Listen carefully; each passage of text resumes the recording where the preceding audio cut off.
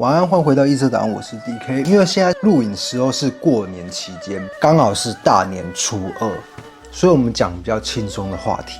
离奇的船难事件。你好像搞错了，船难是悲剧。整件事情有没有发生，我们都不晓得。是一个未解之谜吗？没有错，它是发生在1947年左右，那个是大约制，真正的时间不可考。有一艘美国船只叫做银星号，突然收到了一个求救信号。那个求救信号是由摩斯密码打成哒哒哒哒哒这样子。第一条讯息是说：求救求救，我们遇到危险了。第二条讯息更恐怖了，我们正在载浮载沉，船长与大副都已经死了，其他船员不知道状况，可能也已经……求救求救，整艘船没有人生还，只剩下我一个人了，我也没有救了，我快死了。然后就再也没有讯息了。银星号收到求救讯号以后，就根据三角定位去找出这个船只的发送的讯息。然后呢，他们发现应该是在马六甲海峡附近一带，于是呢就船过去那边，因为他们离它最近，就真的找到了这艘船，它叫做棉兰号。当他们靠近的时候，果然甲板上没有任何一个人，都没有那个生命的气息。银星号的船员就决定组成了搜救队还有抢救队，跳到这个船上一探究竟。结果呢，所有人都离世了。而且重点是什么？死者的状态是极其怪异，每个人都瞪大眼睛这样，然后双手微微卷曲，好像生前看到很恐怖的事情，或是突然遭遇到一个无法反应的状态，所以他们就这样吓死，对，就是离世了。救援队随后在通讯室找到那个发电报的人，他的死状也是一样，面容扭曲，满脸惊恐，面目狰狞。更诡异的是什么？所有船员都没有任何的外伤，而且船只也没有受损，也不是怎么遭遇海盗攻击啊，都不是。你是说没有外力侵袭的迹象？没有错。所以在还没有办法调查清楚之前，银星号就决定把这艘船拖回去港口，好好的调查。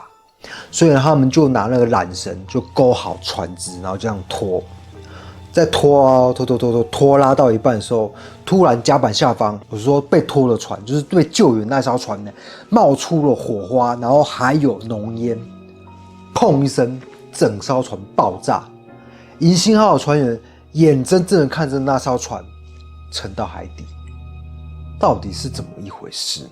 那所以上面已经过世的人也都一起爆炸？没有错，遗体就是下去了，都下去了，没有办法预料到这些事情。这个就是事件的发生经过。经过多年的流传，有人就去探究这到底是怎么一回事，就是有没有发生过这件事情，是不是船员之间的口耳相传，还是报纸上面的小道消息、八卦消息编撰的虚拟的故事呢？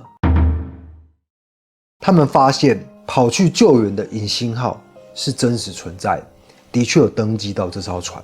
可是问题是，棉兰号是没有的，没有登记的，所以整件事情就更扑朔迷离了。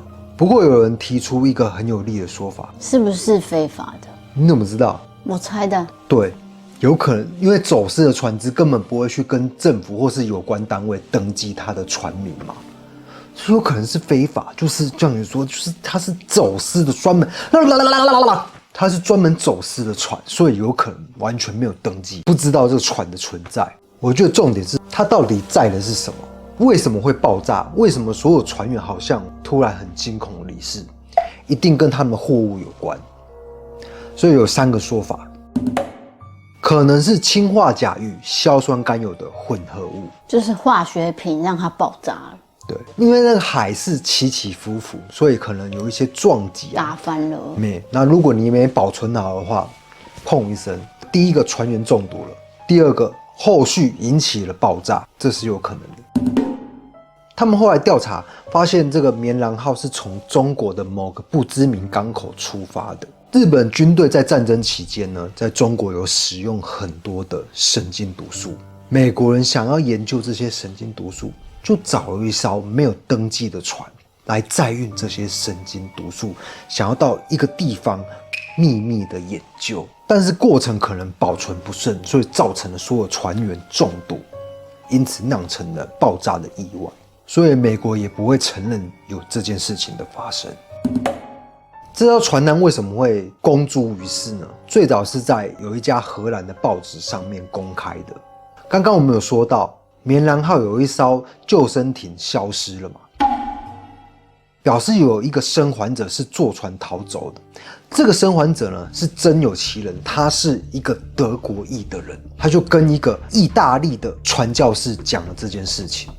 他说：“我们船上载运的是硫酸，那因为过程保存不慎，所以所有人都中毒，因此最后酿成了悲剧。那我一个人呢，就是坐着这艘小船逃走了。但是问题是，他还是有吸到了一些有毒气体，所以他讲完这番话就过世了。那这个意大利的传教士再把他听到的这个消息呢，告诉了报社记者，报社记者就在荷兰报纸刊登了消息。所以以上就是有这3种可能性。那有没有第4种呢？当然有，就是会不会是报社记者瞎掰的，根本就不存在这件事情了。因为他一开始就是口耳相传，传到这边的嘛，所以没有实质的证据可以证实这件事情的发生。然而最耐人寻味的是，在2003年 CIA 有一份文件公开了，这份文件上面就是讲了棉兰号整个事情的发生经过。是谁说的？这个文件的作者是一个叫马克的人，他是 CIA 局长的助理，去询问就是 CIA 这件事情。而且这份文件有很明显的篡改的痕迹，里面又强调船只上面是载运的未知的物品，所以整件事情到底是虚构还是真有其事，我只能可以肯定告诉你，就是这艘船载运的货物实在太过敏感，无法公诸于世，至今没有人知道真相。那些过世的人死因是什么也不知道。不知道，你知道为什么吗？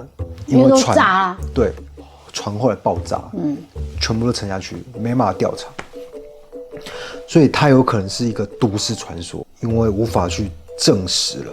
也可能是真的啦，都有可能。我倾向相信是真实存在的，无风不起浪。讲完了。因为今天的讯息量真的很少，所以它是一个很短篇的。我只是想告诉大家，曾经有这么离奇、这么稀奇古怪的事情发生过，就是个悬案啊。对，可是不做又可惜。对啊，因为它有一些戏剧性，不是戏剧，就是说比较离奇的桥段，你没办法理解到底是有没有发生过。每次这样结尾，你已经连了几届了。喜欢我们影片就记，喜欢我们影片对吧？慢一点。如果喜欢我们影片，请记得一定要按赞。然后，如果你想要加入我们会员，可以接受更多的隐藏影片。我是迪克，我们下次见，拜拜。